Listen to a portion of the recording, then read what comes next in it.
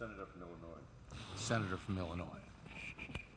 Mr. President, I rise in strong support of the education amendment offered by my colleague from Massachusetts.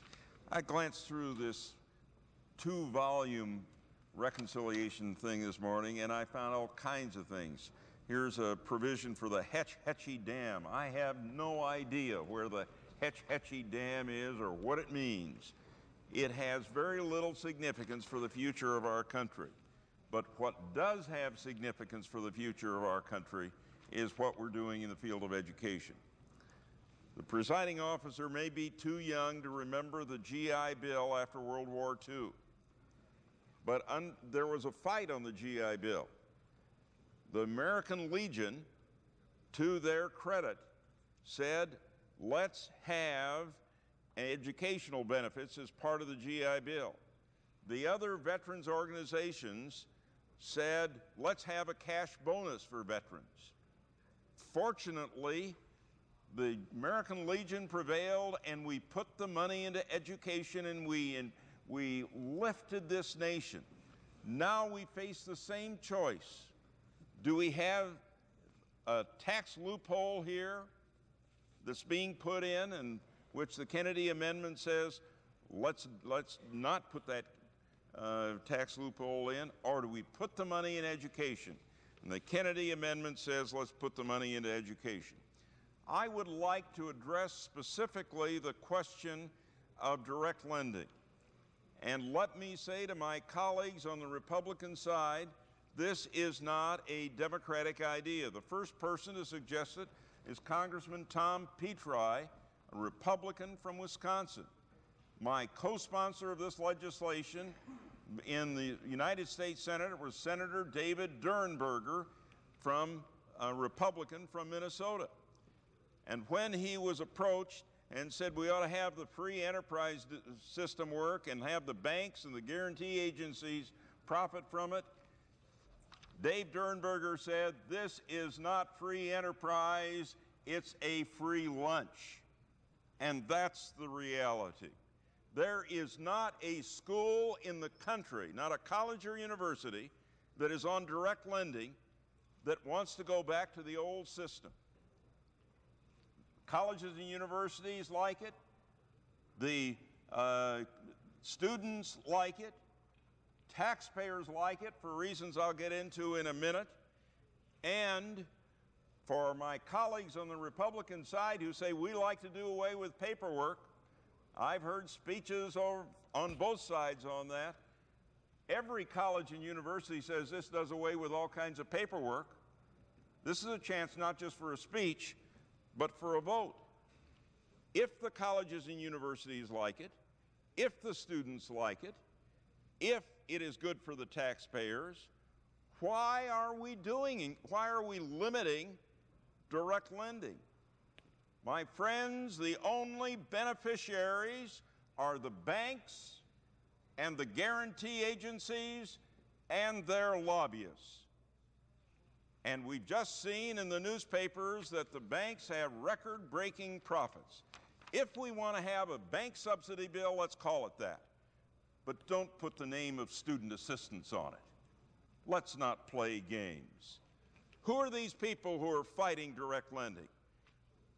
Student Loan Marketing Association, Sallie Mae, created by the United States Congress. The chief executive officer of Sallie Mae, Mr. President, 3 years ago, his salary was $2.1 million. All they do is student aid guaranteed by the United States government. Guarantee agencies, the one in Indiana, USA, chief executive officer, $627,000. We pay the President of the United States $200,000.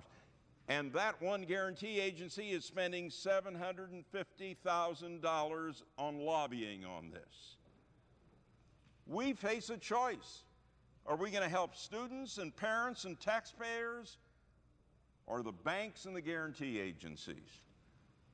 It's very, very clear. This is brazen, Mr. President, brazen. We have to help people.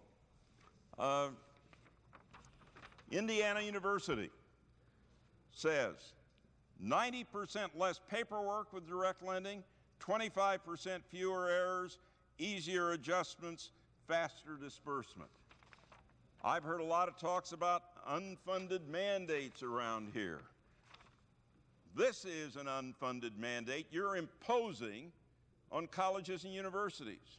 Iowa State University, for example, testified they have been able to take 4 people who used to work in student loans because of all the paperwork and everything and have them do other things, and they have been able to cancel some of their computers that they have for $400 a month.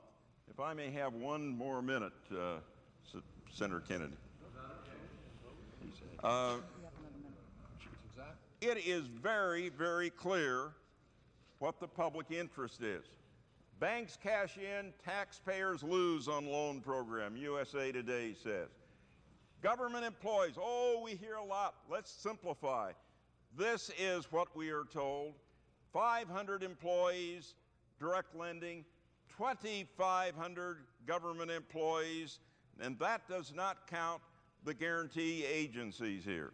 It does count the guarantee agencies. I'm sorry, it does.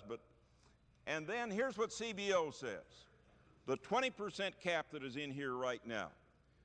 Under current law, direct lending will save us over 7 years $4.6 billion. Now, what we did on the budget resolution, we said count administrative costs for direct lending, but not for the old program. And so, because of the phoniness, and even the Chicago Tribune says they're cooking the books here, you theoretically save $600 million. The real figure is a saving of $4.6 billion. If we're interested in helping students, colleges, and taxpayers, we ought to be voting for the Kennedy Amendment.